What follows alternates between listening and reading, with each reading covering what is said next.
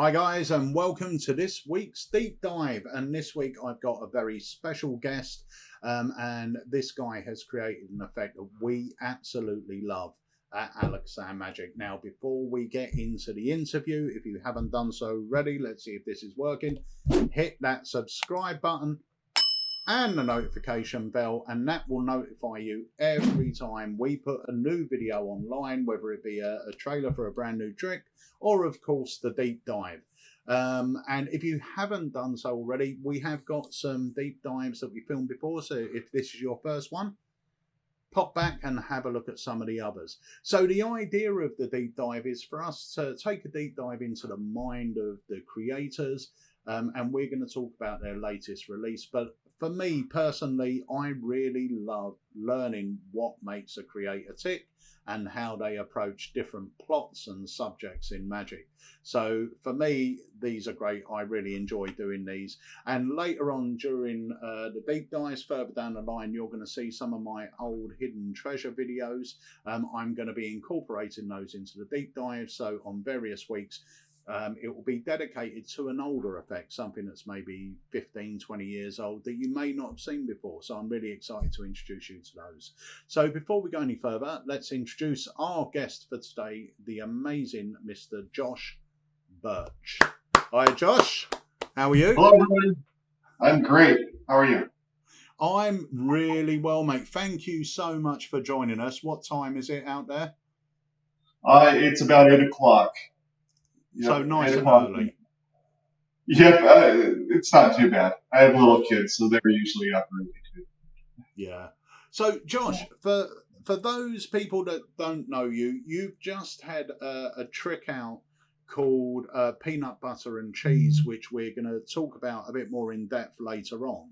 And this is something I know Harry loves. He done it on our socials. It got a load of views on our socials. It's a really clean oil and water effect, or a really baffling one, actually. And I'll be honest with you, oil and water is one of my least favourite plots in card magic. But I think peanut butter and cheese has changed that for me, because it is so visual and you've got some really lovely moments. But we'll get into that a little bit later. Tell us a bit about yourself. So yourself as a creator and, what you've done in the past. Yeah, so I've been creating magic for about 10 years in a somewhat professional basis. My first release was Electro, which was a card effect, kind of a two-deck triumph. And that was about 10 years ago. That was around the same time that I came up with what is now known as peanut butter and cheese. It was my idea for kind of a visual oil and water. Over the years, I have been contacted by various creators. Rick Lax, several years ago, asked me to work with him doing some of his interactive magic, kind of before he took off in his own social media empire that he's running now. But back when he was doing more magic for the camera, I worked for him behind the scenes, and then I've released several products with Penguin. You may have heard of Wordalism or Rubber Hysteria is a download that I did a couple years ago. And I've had several releases through Penguin mainly, and a couple little solo releases. That's really good. So how long have you been creating? Because a lot of people, I mean, peanut butter and cheese, for me, is the one that has sort of put you on the map a bit more, I think. Yeah. It's doing really well. Yeah, so I've been working behind the scenes for a lot of magicians, but I don't love being in front of the camera and performing a whole lot. So I've had my fingerprints have been on little things here and there, kind of professionally, but mainly in the last few years, you've seen I've had a couple smaller tricks come out, and I think peanut butter and cheese, with its visual separation at the end, it has been kind of a thing to take off. I have a couple things coming out in the future that I hope to do as well as peanut butter and cheese, but it's been kind of fun to see this one kind of have its own life. Yeah, really. So with regards to creating, how do you come up with the ideas? Is it something? Are you one of those guys that will sit down and say, "Okay, I'm going to create an effect today," or do you just get this mad idea and you think this might actually work, and then you start working on it? Yeah, so either way, with peanut butter and cheese specifically, I was messing around with a certain gimmick. I learned how to gaff cards for the first time, something like 10 or 11 years ago, and was messing around with a whole bunch of different kind of approaches and stuff. And there was this idea with oil and water that, and it's this classic effect, but you rarely see something happen. Yeah, And when you do see something happen, it's usually a finger flicking. It's something that's very difficult.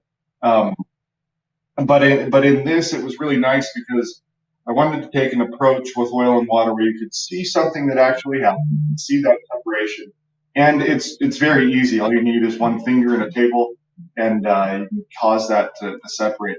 Generally, with magic, I usually start with the method. yeah, I think for at least for magicians, that's kind of a more interesting way to start.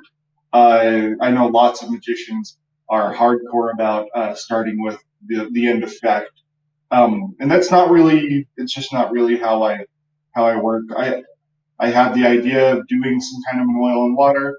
I wanted to have my own approach to this classic effect, and then I started to mess around with a couple different gaffs and found out that I could do something fairly visual with a fairly low tech gimmick in this case.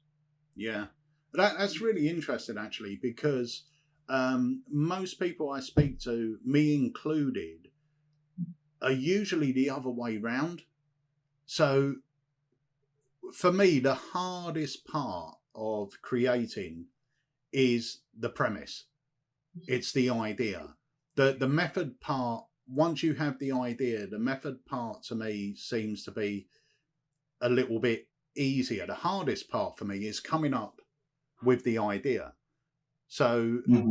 but the way I can totally understand with what you're saying, especially with the gimmicks that you've created for peanut butter and cheese, to create that and go, oh, actually, this does this. What could we do with that? That sort of makes sense. And yeah, it's down to whether you're messing with gimmicks or not. I'm terrible with gimmick making. I cannot make a thing. So it has to all be up here, and then I've got to get someone to make them for me because I'm ridiculously bad at anything like that. I remember when I created Eye Change, I had these sort of weird gimmicks going on.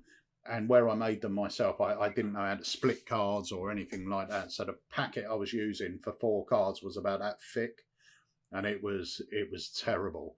But it's an interesting way to do it, to sort of come up with a method and then sort of try and work out what you're going to do with it. It's a really cool method. It's doing something really visual.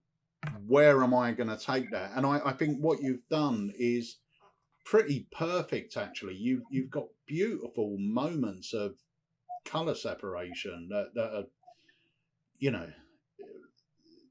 it's really hard to fathom when you see it work to a lay person. Sometimes I wish I wasn't a magician and I could experience these things as a lay person does. Me too. One of the, I guess it's the kind of masculine and Devon. They both had this. I think I read recently about their creative processes, and one of them was very method based and started with a method and thought that was really interesting. And the other one, even though they were kind of this like mentor and learning duo or whatever, one of them started with the effect first. With me, I began working as kind of in my early college days and stuff. I was working creating magic and special effects for like theaters, and with that, it was a lot of that was a lot. I created the other direction, right? We would start with a Yeah, premise, with what needed to happen as part of the story, and then I'd have to go back in time and figure out well, how would this actually work and how could we make this work? And with my releases and stuff, generally it's the other way around. I'll find a method that I think is interesting, and with peanut butter and cheese specifically, that separation was that separation on the table, that kind of visual is the first thing that I came up with, and I thought, wow, that's really nice, but I mean, there's not much of a routine if you just have that one phase, right? Yeah. And so then I started to build out, right? And I thought, oh, that kind of looks like oil and water. And I have this thing about wanting to do all the classics in my own way, right? My first release was kind of a Triumph effect, but it was my approach to a Triumph. And then I have another effect called the Hoff, which you can check out. But that's my approach to the Hoff sensor Ace problem. So as I started to build this out, it was kind of, well, I have this really great visual moment. I need to really beef it up and make it interesting to my audience. And so I actually, and you don't see it very well on the trailer, but I have a 3-phase routine that I usually do. You can add other phases too as well, which I go over some other alternatives. But so it was figuring out this kind of final, really pretty piece of watching the cards just separate. And then it was going backwards and going, what would make sense to build up to that? What are some other phases of an oil and water that I can do? And you're right. Earlier you said that you haven't been a huge fan of a lot of approaches to oil and water. I'm the same way. It was always kind of an effect that you would expect something cool to happen because the reds and the blacks are separating, right? Yeah. But usually when you perform oil and water, you would take those cards, mix them up, square them up, and then wait for a moment, and then they would separate, right? You'd have that separation would happen in your mind rather than visually. Yeah. And so when we came across this idea of actually seeing the cards separate, it was really nice. It was a great surprise, and I thought, I've never been a huge fan of oil and water unless you're watching like Tamarys, like. Do you know what? I was just going to say Juan Tamarys. I said that's most probably the only one that you watch and you go, wow. Yeah. Because usually, you're right, usually it's just the same effect repeated 3 times. And it doesn't really seem to be much of a kicker. There isn't that final bit. With one, he's got so many beautiful versions, it's lovely. And with yours, you've got this definitive, and that's how it ends. It's that last jab when they think they've seen it, and then this impossible thing happens. It's that lovely moment that you don't tend to get with oil and water, which is that kicker. Yeah. And so in my routine, it starts off similar to maybe a more classical version, right? Where you're slowly mixing the cards and squaring them up, and then you wait and they separate, right? There's that. But then I've tried to make it progressively a little bit more visual, a little bit more impossible each time. So in the first phase, you're squaring them up and then separating them on the table. It feels very classical. You can separate them. In the second phase, I do the mix where you shake the cards and you show that they've mixed. And then in the third phase, I do everything in the hand, and basically you see it mixed, I square up, and then I spread, and they've separated. And then once you get to that last phase, it's just a little bit more visual than the one before, and you get that really big pop. And you can see by some of the reactions, it's always a surprise. It's one of those few effects. There aren't a ton of effects that are that visual that also work so well as well in the real world as they do on camera. And there's something that we've added recently. Because you are working with gimmicks, I have kind of a silly joke that I use. I'll remove 2 of the cards. So most of the cards actually at any point we have examined and checked out, which is kind of nice. But what I've been doing recently to kind of end clean is I'll have something in my pocket, some duplicates in my pocket, and then I'll hand out 2 of the cards and say, this time, right after I've done the separation, I'll say, this time we'll do it in your hands. And I'll hand them those 2 cards and I'll say, mix those up. And I'll put away the rest of the cards, the gimmicks. But mix those up. And then I'll say, here we go. Hold them in your hands like this. And they'll hold them in their hands. And I'll say, watch, it'll happen in your hands. You've mixed them up. And then we have a little bit of a groaner where they open up their hands and they say, look, the cards are separated. Obviously, you can't mix 2 cards much more than you can't mix 2 cards, right? But then we have this moment of they take a look at the cards and I can toss the rest of the cards on the table and I can leave clean. So it's one of these things that looks really nice on camera. And Penguin was nice enough to post a cool video of me doing it, and I saw your video of Alakazam performing the trick, and it looked awesome.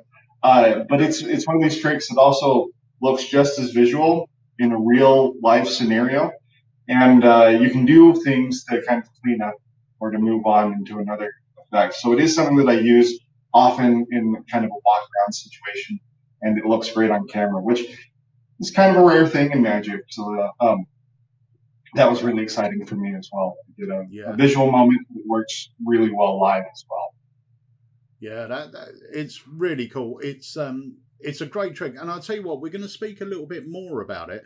But shall we take a look at the trailer for those people that haven't seen it, and then we'll come back. We'll speak a bit more about it. For sure. Perfect. So here is peanut butter and cheese.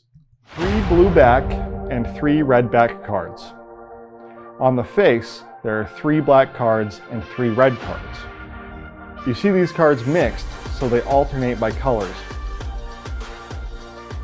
But at your command, the cards will separate and join the cards that match their color.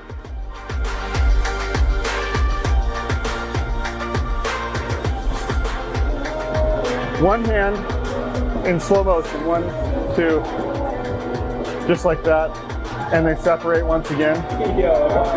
I know. This Josh Burch here with my favorite way to perform oil and water. It has multiple phases. You see the fronts and backs throughout the entire routine, and there is almost no sleight of hand. The gimmick cards do all of the work, so it's super easy and very clean. You can see the cards. They're mixed 1 to 1, yeah? Mixed on this side as well, yeah? Here we go, slow motion. 1 hand, 1, 2, 3. Just like that. These cards are specially printed for this effect. The description does not do it justice. This effect is so clean and so deceptive because each move looks natural and nothing looks fishy or out of place. I'm Josh Burch, and this is Peanut Butter and Cheese. That is so good. So good. It's completely different, but it reminds me of Skinner's Monty, where you're getting so much magic for so little work. Yeah, really and there are a bunch of other approaches you can take. I talk about a couple other things. When we released it, I received a message from Brent Braun, which, if you're aware of Brent, he's super smart. He has an alternative mixture, which is really nice, where you take the 3 cards and just kind of weave them together, and then you can do that turnover move. And so there's a lot of stuff that you can do with it. We're discovering new things all the time, which is funny because, like I said, I've been doing this for 10 years or so. Came up with it, filmed that little flip over move, and then it's just funny once you put it out into the ether and you receive all these different ideas from other magicians. I wanted to talk about the name. Everybody some people, the team at Penguin, it was very polarizing, the name. It's based on my kids. My kids have very strange eating habits, right? They have different foods. They'll have macaroni and cheese, but you've got to put the ketchup in the macaroni and cheese, which to me is that sounds disgusting. or they'll make a peanut butter and jelly sandwich or peanut butter and jam sandwich, and they'll call it a peanut butter and jam sandwich, but they'll refuse to have the jam in the sandwich, so it'll just be the peanut butter sandwich. And growing up, that was like not something that I would eat very often or whatever. And so they'll have weird mixtures. They'll dip things in ranch salad dressing that I would never touch and things. So a lot of my presentation is actually, rather than talking about oil and water and salad dressing and shaking things up and stuff, a lot of my presentation that I choose to do is a little bit more personal. My family and what my kids eat and what I eat and what's kind of strange, and those things don't go together, and so I talk a lot about that. So but it's I always thought it's a memorable thing, and there was an old adage that when you're in a rock band or whatever and you're trying to come up with a title for your band, the good band names always had really bad names, the good band names always had really bad music, and the bands with good music always had terrible names. And so I kind of thought, if we throw out a terrible name for this trick, then maybe it'll do really well. And all the other tricks that have had really cool names, they haven't done as well. So maybe in the future I'll have lots of other terrible names. It's great. The thing is, well, you're right. It's an interesting name, and because it's an interesting name, it's sort of an interesting product. People want to say, well, what on earth's this? If you were to call it oil and water, I can almost guarantee X amount of people would switch off before even watching the trailer. And then they wouldn't get the benefit of how good this actually is. Whereas calling it something like this, it is great. And you made a comment earlier as well that we've covered quite a lot in previous episodes. And that is being a creator. When you create something, you follow a path, and it's very hard to veer off that, because you have an idea in your mind and then you find your route there. And it's only when you start sharing the trick about that other people say, oh, you could do this. And you would never have thought of it because your direction and your journey was straight down. Whereas they haven't followed your journey, so they're just coming in from their own little side streets and going, oh, you can do this, you can do that. And it's great. I always love showing creations to other creators, because they're always going to come up with something that I never thought of. Always going to come up with it. I always feel a little bit isolated when I create magic, and to some extent it's a good thing, but to some extent I wish that I could just always be jamming and things. I live in the mountains in Utah, and we're out in the middle. For those who aren't aware, it's out in the western United States, and we're really like the Old West almost, right? If you think of old western movies and stuff, lots of those happened in Utah. And so I'm out here, and I have a couple friends and stuff, and thank goodness we have technology to where I can jam. But it's just always surprising once I go to a convention and do something, and then somebody else jumps in. And with this trick, like I said, I've been working with it for 10 years or something. And then somebody will have a little idea that's just a little bit different. I'll go, I don't know why I never thought of that. Yeah. That's a surprise. And some of that came with this effect. Some of the moves are very easy. They're not something that you're going to have to practice a whole bunch. You're going to have to remember the moves, right? That's the hardest part, isn't it? It's a sequence. Yeah. But the actual moves and some of the technology that I'm using, it's been around for a long time, since Hofzinser or something. Yeah. But I'm using those moves in a way that maybe Hofzinser never thought of. Maybe he did. He probably did, knowing that he's just that it was brilliant.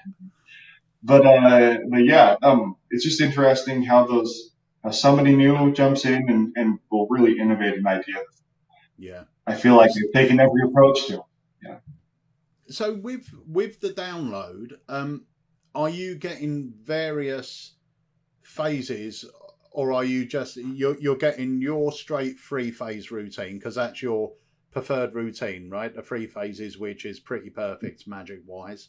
But do you show sort of more interchangeable phases? So, well, if you don't like that one, you could do this or you could do that, or is it based on your 3-phase approach? Yeah, so the main thing that I focus on is the 3-phase routine that I use. Now, when I'm performing this in a professional situation, like a more formal close-up situation, then I will do this as a lead up into my effect, Electro, which is a 2-deck Triumph effect that kind of ends with a similar oil and water theme. So I explain how to get into that from my effect, Electro.